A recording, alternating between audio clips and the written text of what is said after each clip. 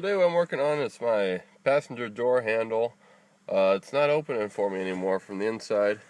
I can pull on it here, it just doesn't have that click anymore. I think what happened was over time people started pulling harder and harder to get there, but it took quite a bit of pull there. So what happens is on the inside of the door, this handle here, this plastic part, it'll stretch out over time, over many uses, and so eventually it gets to the point where it's not going to disengage to the latch anymore. So that's what's happened to this one.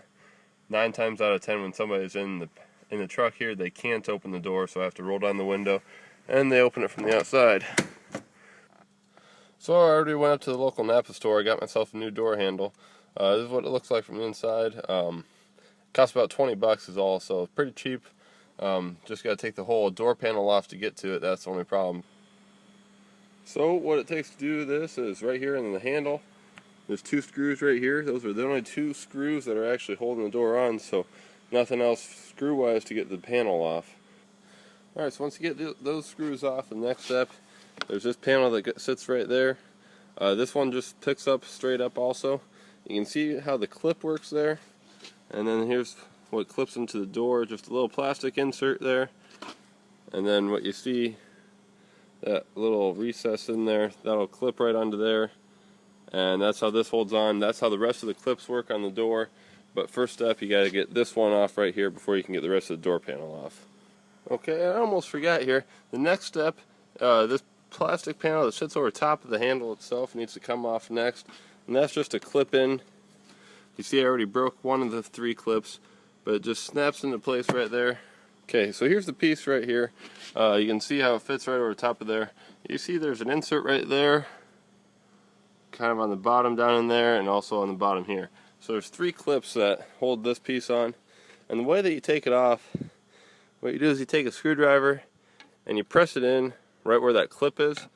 You see how there's a hook on the end of there? That's what holds it into place. You can see I obviously failed on that in a previous attempt, but if you press that screwdriver in there, just push it in there, and then when you're pulling on it, it'll clip that out. That clip will come off and you're able to pull the whole panel off without breaking it like how I did in the past. Okay, so this is the part where I get pretty bad at. So I just started kind of pulling on the door, and you can see I got these clips that I broke some of them. This one's broken, that one's good, it's good. And some of them aren't, but you can see it's tough to get these because this one's designed for the clip to come up. This one's a sideways, and that's asking for the door panel to go down right there. So I'm not sure what the proper way is, but you can just start pulling on it. You'll break some of the clips. You can buy new ones up at the auto parts store, or you can just make a custom screw hole and screw the panel into place. That's what I do because I'm cheap. But that's how you get the panel off. It's not perfect, but it works. Now, as far as getting the panel off of the door, you don't have to, but I like to because it's easier to work with that way. And there's just 3 little clips down here that you got to take off. There's kind of a pain to get at, and you might need to get a better angle. But just 3 little electrical connectors, and then you'll have the whole panel off. Okay, so I realize the difficulty of these electrical connectors. I'll show you the one side of them. It should be a pretty good indication of how it works. But on this one, this slides in, and you see the little hook right there, that's where it clips. So to pull it out, this tab needs to be pushed down while the connector is pulled out. On this one, there's a hook on the other side that needs to just be pulled out right.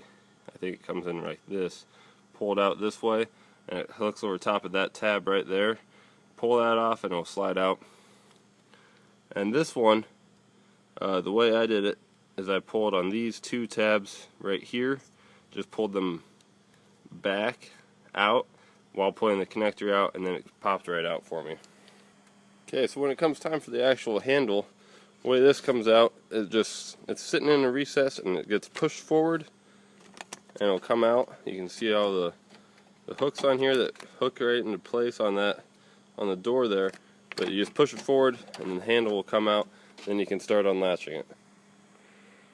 Okay, so when it comes to actually taking the handle off, there's 2 connectors on the back side. It's kind of tough to see, but they're just little push-in latches.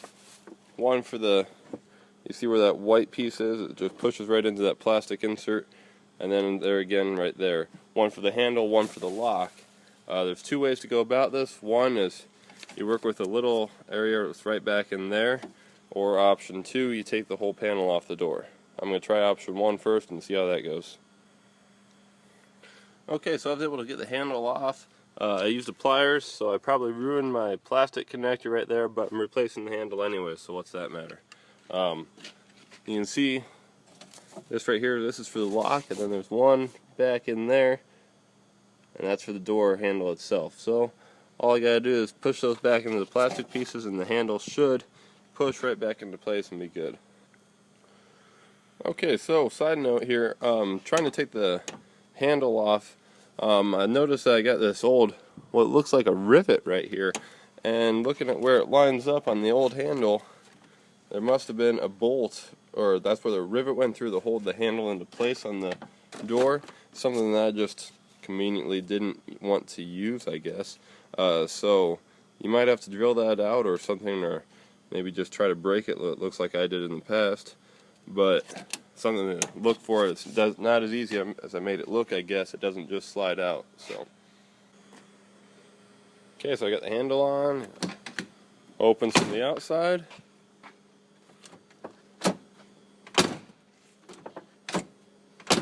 Inside works too. Okay, so I put the electrical connectors back together, slid the door panel into place, and so if you're using my method of just pulling hard, you fit the top onto the panel first, all the way around, and then you look down the side. Can't see it very well. You look down the side, you line up your white plastic push pins with the hole that they're supposed to be in. You get those lined up, push the panel into place, and that'll mostly do the trick. If not, if you broke too many and you're too cheap to buy new ones, see that hole right there? That is for this deck screw that I'm using. That holds the panel into place. If you don't have the panel held into place, what's going to happen is it's going to pop off on the bottom side right there, and it's going to catch on your what do you call it, sill plate there. So you got to watch out for that. When it catches, you can't open your door, so you're just basically stuck. Alright, so I got that back on, got all the pins pushed into place, got my deck screw put into place there, screws up on top and the handle. Lost one I think last time, so there's only one now, but yeah, pretty easy there. And then this guy just slides right into place. You get that right there and pop it in, it's on. Don't forget the guy on top, and then door's all good to go, and it should open and close for you. Alright, here we go, all together. Door opens and closes for me, perfect.